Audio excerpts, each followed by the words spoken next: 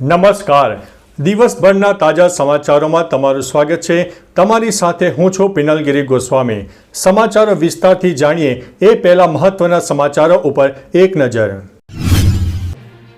મિત્રો, આજના મોટા સમાચારમાં વાત થશે રેકિંગ કાંડ મામલે ધાંગધ્રામાં મૌન રેલીનું આયોજન. ધાંગધ્રા તાલુકાના જેસડા ગામના અને પાટણના ધારપુરની મેડિકલ કોલેજના પ્રથમ વર્ષના વિદ્યાર્થીનું રેગિંગના કારણે મોત થતાં સર્વ સમાજે હળવદ રોડ ઉપર સભામાં સ્વર્ગવાસી અનિલ પટેલને શ્રદ્ધાંજલિ અર્પણ કર્યા બાદ અલગ અલગ સૂત્રોના બેનર સાથે મૌન રેલી દ્વારા ધાંગધ્રા તાલુકા સેવા સદન પહોંચીને ડેપ્યુટી કલેક્ટરને આવેદનપત્ર પાઠવીને રેગિંગ કરનાર સહિત અન્ય સામે પણ કડક કાર્યવાહી કરવાની માંગ કરી છે. મિત્રો, અન્ય મહત્વના સમાચારની વાત કરીએ તો ગુજરાતમાં સરકારી વિભાગોમાં દિવ્યાંગોની ભરતી કરાશે. ગુજરાતના વિવિધ સરકારી વિભાગોમાં વિવિધ પોસ્ટો પર દિવ્યાંગોની ભરતી કરાશે. સરકારી વિભાગોમાં દિવ્યાંગો માટેની 21,114 પોસ્ટો પર ભરતી કરવામાં આવશે. આ અંગેની રાજ્યના ચીફ સેક્રેટરીએ ગુજરાત હાઈકોર્ટમાં સોગંદનામું રજૂ કર્યું છે. દિવ્યાંગો માટે 31 ડિસેમ્બર સુધીમાં કુલ 27 વિભાગોને ભરતી પ્રક્રિયા શરૂ કરાશે. આ વિશે ભરતી ડ્રાઈવ ઉપરાંત રેગ્યુલર રિક્રુટમેન્ટ પ્રોસેસ પણ તબક્કાવાર હાથ ધરવામાં આવનારી છે. મિત્રો, અન્ય મહત્વના સમાચારની વાત કરીએ તો સુરત પોલીસે ઉત્તરાયણને લગતું એક જાહેરનામું બહાર પાડ્યું છે. સુરત પોલીસે ઉત્તરાયણને લગતું એક જાહેરનામું જાહેર કર્યું છે. એક વ્યક્તિના મોત પછી જાહેરનામું જાહેર કરવામાં આવ્યું હોવાનું સામે આવ્યું છે, જેમાં સુરતમાં ચાઇનીઝ દોરી અને તુક્કલ પર પ્રતિબંધ મૂકવામાં આવ્યો છે તથા જાહેરનામાનો ભંગ કરનારા સામે કાયદેસરની કાર્યવાહી હાથ ધરવામાં આવશે.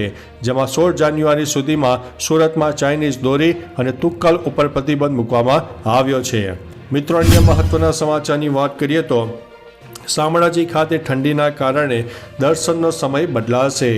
ગુજરાતમાં ધીમે ધીમે ઠંડી પ્રસરી રહી છે.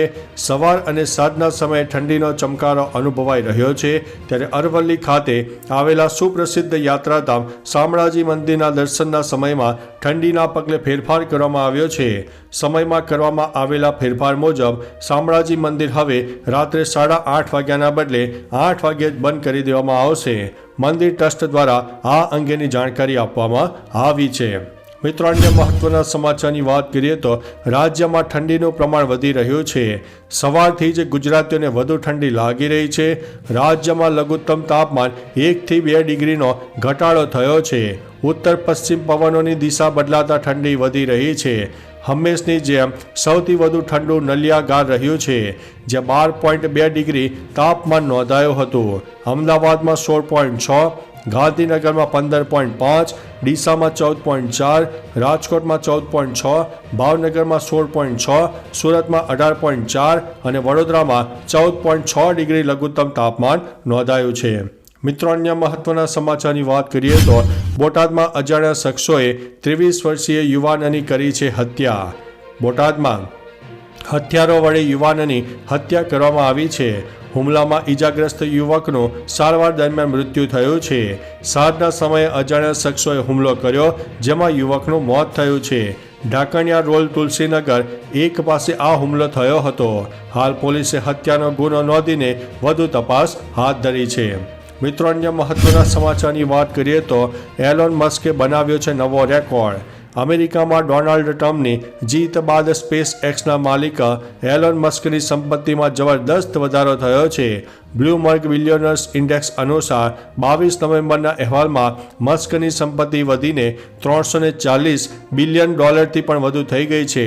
ટ્રમ્પની જીત પછી $70 બિલિયન વધારો થયો છે. મસ્કની એઆઈ કંપની XAIની નેટવર્ક તાજેતરના અઠવાડિયામાં બમણીથી વધુ વધીને $50 બિલિયન થઈ ગઈ છે. મિત્રો, અન્ય મહત્વના સમાચારની વાત કરીએ તો નાસાએ સુનિતા વિલિયમ્સ માટે રેસ્ક્યુ મિશન શરૂ કર્યું છે. સુનિતા વિલિયમ્સની તબિયતને લઈને ચિંતા વધી છે.